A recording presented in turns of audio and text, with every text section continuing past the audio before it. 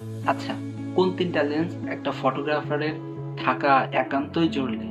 আচ্ছা, কে কোনটা মনে করেন, কে কোন লেন্স সাজেস্ট করেন সেটা ডেফিনিটলি কমেন্টে জানিয়ে যাবেন। This is day 20 for 30 days 30 short challenge.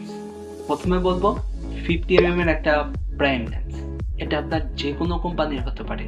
Sony, Canon, Nikon যে কোনো কোম্পানিরই হোক না কেন, একটা 50 এর প্রাইম লেন্স অবশ্যই জরুরি।